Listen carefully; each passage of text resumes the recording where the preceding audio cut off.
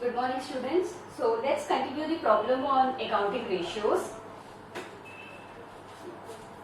Illustration 98. The balance sheet is given to us of X Limited. We need to calculate the return on investment. So what's the formula of return on investment? It is net profit before interest and tax divided by capital employed into 100. What is capital employed? It is nothing but the capital which is invested to run the business.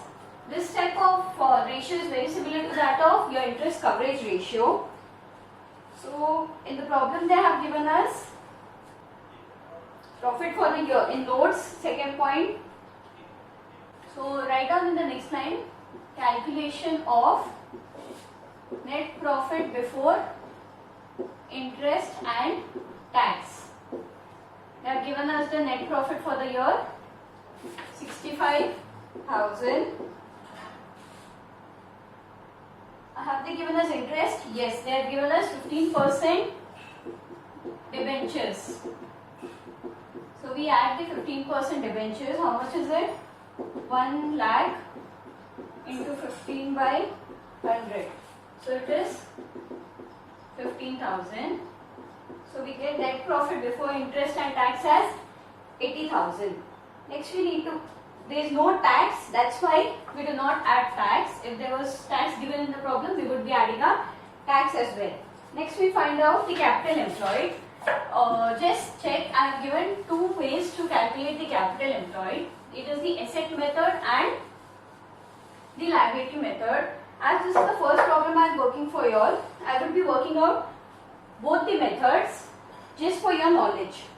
So write down, next line, capital employed, first method is nothing but a liability side approach. First method, or in bracket you can also write liability side approach. So under that, how do we get a capital employed? It is capital employed is equal to shareholders funds plus non-current liabilities. Under our shareholders fund we have share capital plus reserves and surplus, and under our non-current liabilities we will be having long-term borrowing plus long-term provisions.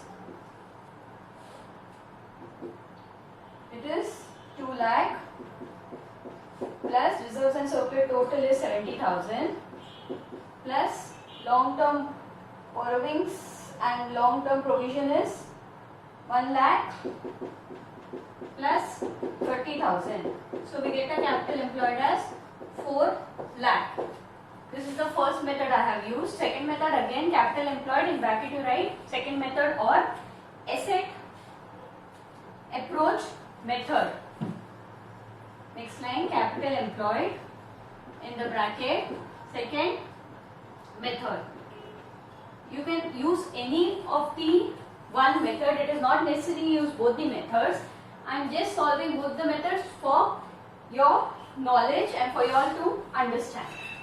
So again, what's the formula for capital employed? It is non-current assets plus working capital, or non-current assets plus current assets minus current liability. Why current assets minus current liability? Because it's the formula for working capital. So what are the non-current assets? It is 3,40,000. What are the current assets? 2,40,000. What are the current liabilities? 1,80,000.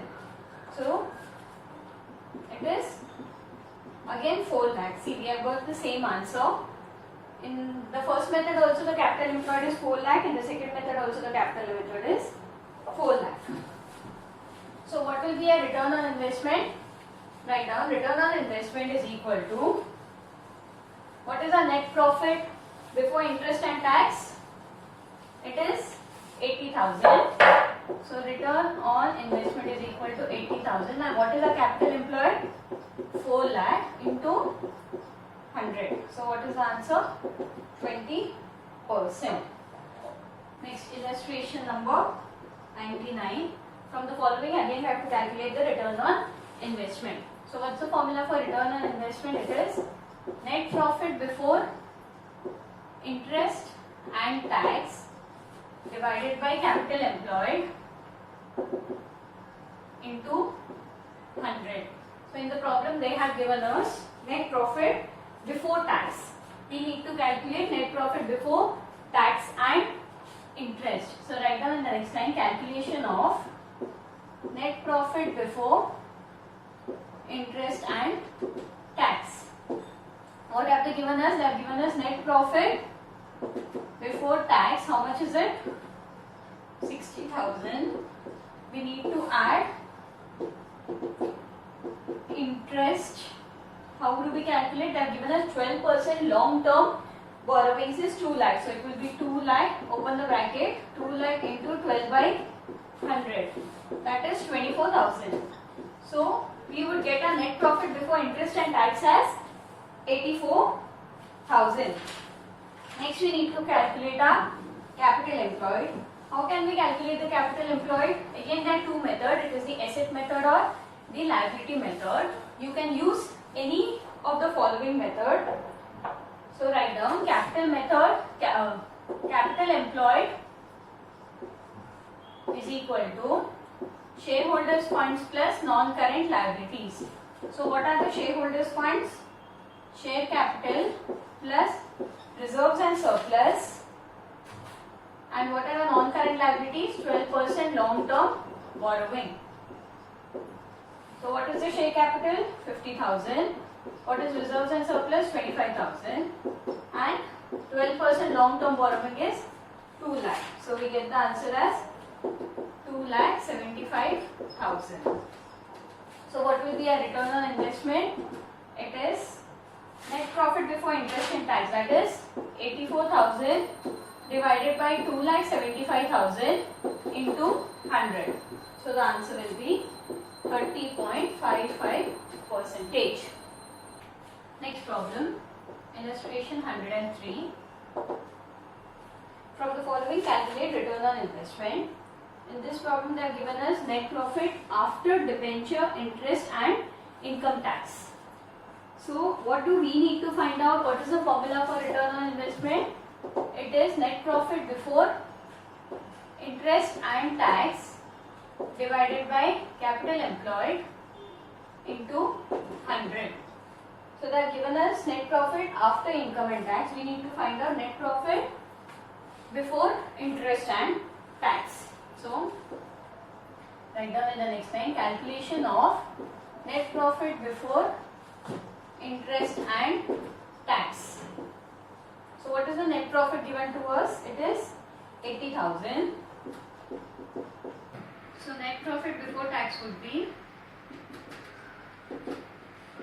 net profit after tax into 100 divided by 100 minus rate of tax. This is the same as interest coverage ratio. Net profit after tax is 80,000 into 100 divided by 100 minus 50. They have given us the rate of tax as 50%. So it is 80,000 divided by 50 into 100. So we get a net profit before tax as 1,60,000. Next we need to find out net profit before interest and tax. So what is our net profit before tax? It is 1,60,000. Add, they have given us 10% debentures. Add interest, in bracket you write 10% into 4 lakh. So we will get 1,60,000 plus 40,000.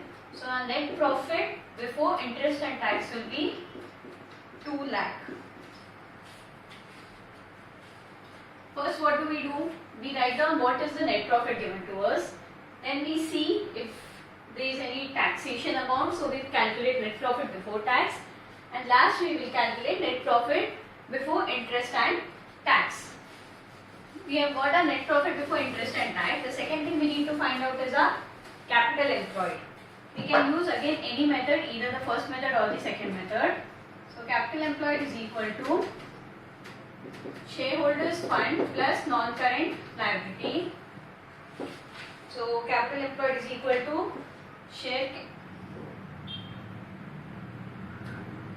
equity share capital plus preference share capital plus general reserve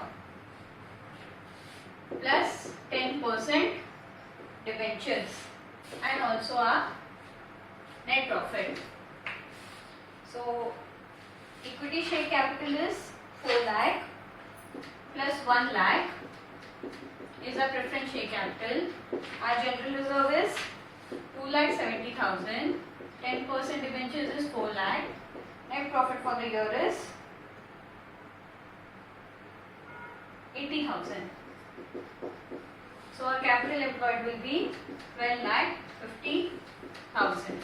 So how can we find the return on investment? It is net profit before interest and tax is 2 lakh divided by 12,50,000 into 100, that is 60%.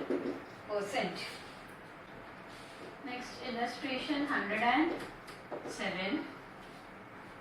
We have to calculate the following: operating ratio, gross profit ratio, quick ratio, working capital turnover ratio and proprietary ratio. So the first one is operating ratio. So what is the formula for operating ratio? It is cost of revenue from operation plus operating expenses minus operating income divided by revenue from operations into 100. So in the formula, they have given us equity share capital, preference share capital, long-term borrowing, general reserve. They have given us revenue from operation. So no need to find out revenue from operation. They have given us opening inventory, purchase, wages and closing inventory. So how can we find out cost of revenue from operation? It is opening inventory plus purchases plus wages minus closing inventory. So opening inventory is 12,000, purchases 1,20,000, wages 8,000 minus closing inventory is 18,000. So we get the cost of revenue from operation as 1,22,000. Next, do we know our operating expenses? Yes, they have given us selling and distribution expenses, that is 2,000. No other information of operating expenses has been given. So next we find out the operating ratio. It is, what is cost of revenue from operation?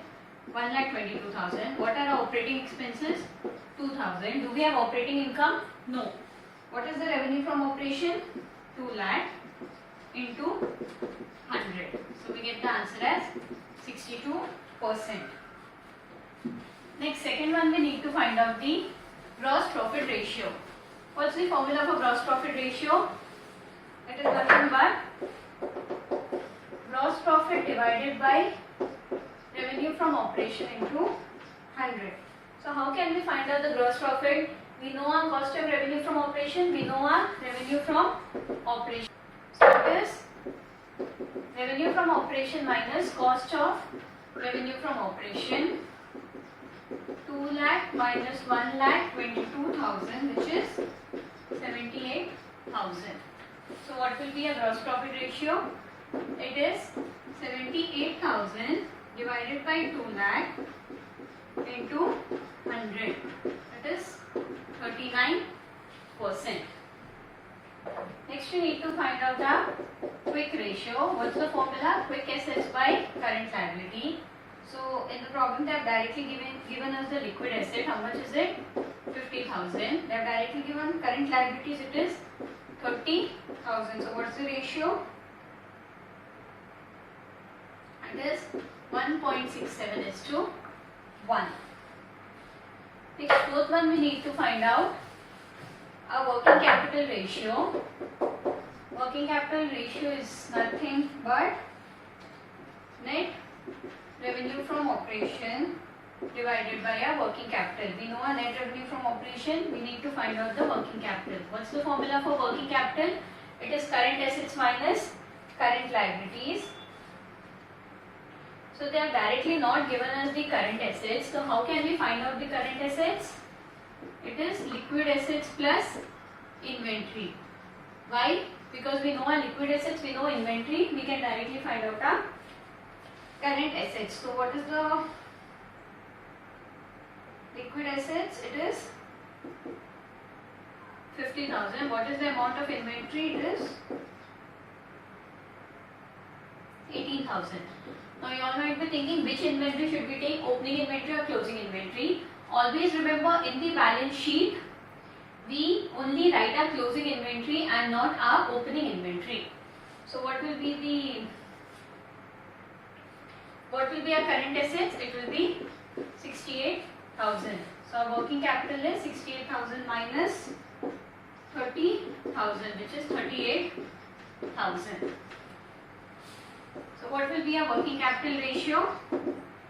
Net revenue from operation 2 lakh divided by 38,000. It is 5.26 times. Last one, we need to find out our proprietary ratio. So the formula for proprietary ratio is shareholders fund divided by total assets. So write down proprietary ratio is equal to shareholders fund divided by total assets. We need to find out our shareholders fund. It is equity share capital plus preference share capital plus reserves or general reserve. So equity share capital is 1 lakh, preference share capital is 80,000 and our general reserve is 10,000. So 1,90,000 is our shareholders funds. How can we find out our total asset? It is liquid assets plus inventory, and also they have given us tangible fixed assets. So liquid assets is 50,000, closing inventory 18,000, tangible fixed asset 2,12,000. So we get the answer as 2,80,000. So what will be a proprietary ratio? Proprietary ratio is equal to 1,90,000 divided by 2,80,000 into 100, which is 67.86%. Clear? Next, illustration 112. We have to calculate gross profit ratio, working capital turnover ratio and proprietary ratio. So what's the formula for gross profit ratio? It is gross profit divided by revenue from operation into 100. So how can we get our revenue from operation? In the question they have given us cost of revenue from operation, cash and credit revenue from operation. So revenue from operation is cash revenue from operation plus credit revenue from operation. We know our credit revenue from operation. We need to find out our cash revenue from operation. How much is our cash revenue from operation? 75% of 3 lakh, which is 2,25,000.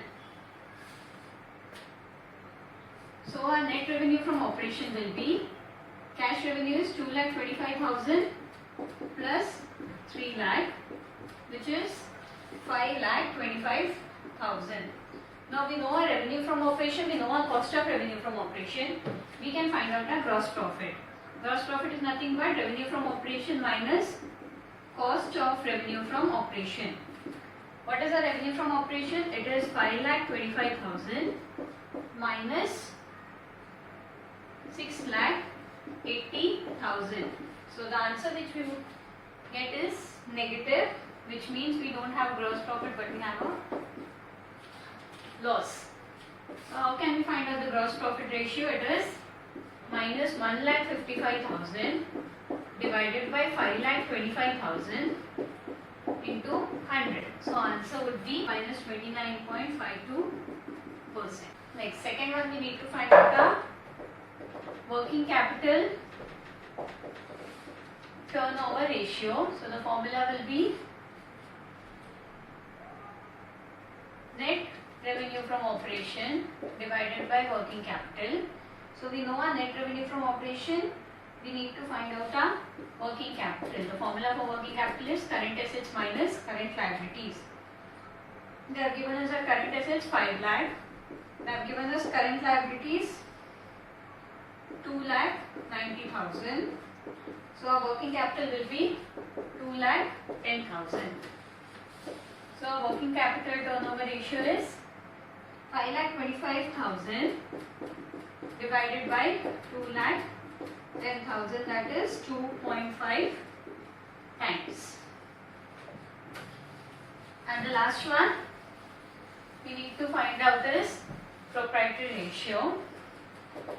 Proprietary ratio is equal to shareholders fund divided by total assets. So what are we? Shareholders fund, we have paid up capital. Do we have reserves? No. So our shareholders fund directly is 8 lakh. We need to find out our total assets. We have current assets. That's it. But on the liability side they have given us paid up capital, debentures, current liabilities. So total assets will be total of equity and liabilities plus debentures plus current liabilities. So it is 8 lakh plus 3,40,000 plus 2,90,000, that is 14,30,000. You might be thinking to find out total asset, why did I find the liability side? We always know that total asset is equal to total liabilities. In our asset side, they have only given us current asset, which is 5 lakh. They have not given us non-current assets. That's the reason we find out the total liabilities, assuming that our total assets also will be 14,30,000. So what is our proprietary ratio? Proprietary ratio will be 8 lakh divided by 14,30,000 into 100. That is 55.94%. Next illustration, 113.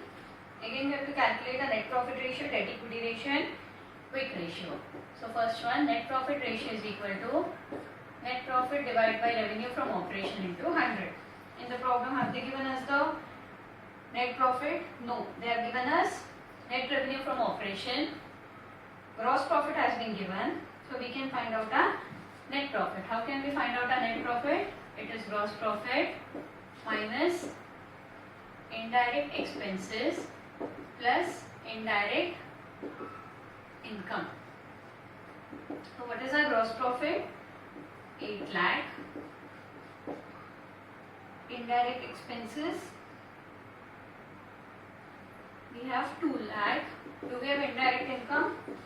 No. So our net profit will be 6 lakh. So what is our net profit ratio? It is 6 lakh divided by 14 lakh into 100. That is 42.86%. Next, second one we need to find out is our debt equity ratio. What's the formula for debt equity ratio? It is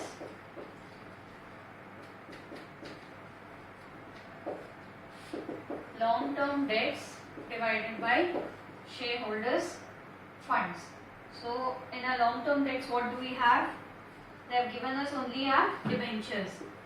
So long-term debts is 8 lakh, that is 9% of debentures.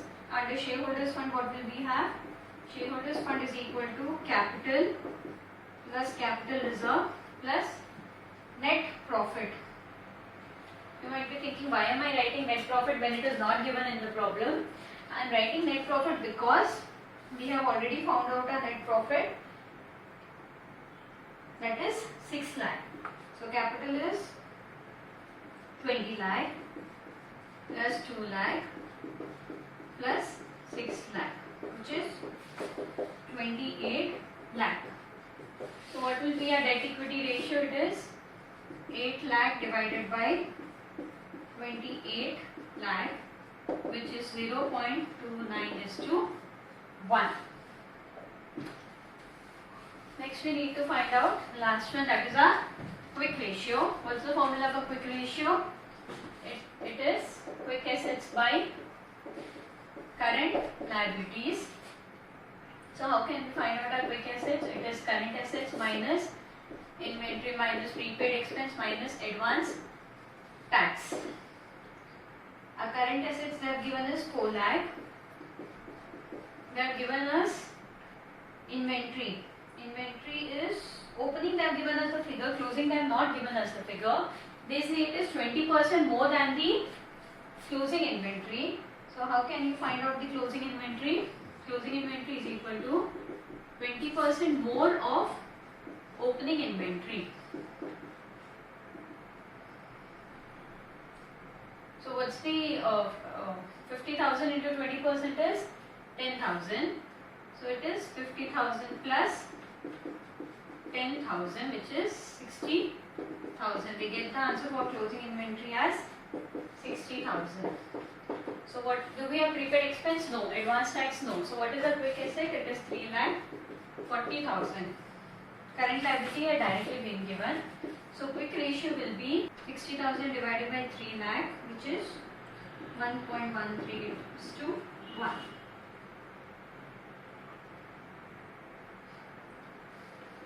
Next line, write down the note. It is assumed that indirect expenses include debentures, interest also. Next, let's move on to illustration 109. They have given us the current ratio as 2.5:1. We need to know whether the following will improve, reduce or not alter. So first one, they have given sale of goods for cash 40,000 and the cost is 45,000. So we sold goods worth rupees 45,000 for 40,000. So our inventory will reduce by 45,000 and cash will increase by 40,000. There is a loss for 5,000. So what will happen to our current ratio? It will reduce. So write down first one, reduce hyphen. Reason is current liabilities remain unchanged but current assets are decreased by the amount of loss. Next, sale of goods for 60,000 on credit and the cost was 50,000. So we sold goods of 50,000 for 60,000 but on credit. So what will happen to our inventory? It will reduce for 50,000 but our cash will, but our debtors will increase by 60,000. There is a profit of 10,000. So second one is improve. Current liabilities remain unchanged but current assets are increased by the amount of profit. Next, third one, purchase of goods on credit. We are purchasing goods, so our inventory will increase. So our current asset will increase but current liability will increase or decrease? It will increase. Why? Because we are purchasing goods on credit, so our creditors will also increase. So what will happen to our current assets? It will reduce. Write down third one, reduce. Both the current assets and current liabilities are increased by the same time. Next, fourth one, purchase of computer on credit. So computer is a fixed asset. There is no change in our current assets but our current liability is increasing because our creditors are increasing. So what will happen? It will reduce. The current ratio will reduce. Write down the fourth one, reduce. Reason, current asset remains unchanged but current liabilities are increased. Next, fifth one, payment of outstanding liabilities. When we are paying our liabilities, our cash is reducing. Outstanding liabilities are current liability. Even our current liabilities reducing. So what will happen to our current ratio? It will increase. Why? Because both our current assets and our current liabilities are decreased at the same time. So write down the fifth one, improve. Both the current asset and current liabilities are decreased by the same amount. Next one, bills receivable drawn on trade receivable for 3 months. So here the two things which are affected are bills receivable and trade receivables. Both are current assets. There is no change in our current liability. So there is no alteration in our current ratio. So write down no alter. Reason, neither the current assets nor the current liabilities are affected. Since there is only a conversion of one current asset, that is trade receivables, into another current assets, that is bills receivables. Next, seventh one, bills payable accepted for 2 months. Again, there is only change in current liabilities but not the current assets. So there will be no alteration in our current ratio. Write down, not alter. Reason, neither the current asset nor the current liabilities are affected, since there is only a conversion of one current liability into another current liability. Next, bills payable paid at maturity. When we are paying the bills payable, what happens to our liability? It reduces. What happens to our cash? It reduces. So what will happen to our current ratio? It will improve because both the current asset and current liabilities are decreased by the same amount. Write down, improve. Reason, both the current asset and current liabilities are decreased by the same amount. Next one, declaration of final dividend. We are declaring a final dividend which is a current liability, but we are not paying it off. So only our current liabilities are increased, current asset remains unchanged. So what will happen to our current ratio? It will reduce. Write down, reduce. Current liabilities are increased, but current assets remain unchanged. Last one, payment of dividend. When we are paying the dividend, what happens to our current liability? It reduces. What happens to our cash? It reduces. So what will happen to our current ratio? It will improve. Write down, improve. Both the current assets and current liabilities are decreased by the same amount. If you all have problem in understanding it, you all can even take the imaginary figure. That is, what's the formula for current ratio? Current assets by current liability. So we know it is current asset is 2.5, that is 2,50,000. We know current liability is 1, that is 1 lakh. Now you all can take any figures, add or minus, and then you will get the ratio. Then you can compare the ratio which is found out with the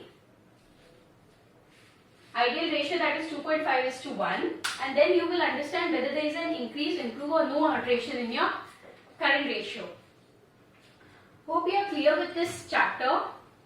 This chapter is all about practice and remembering the formulas. So please try to remember all the formulas and practice as many sums as possible. We are done with this chapter. Tomorrow we shall be starting our cash flow statements. Thank you.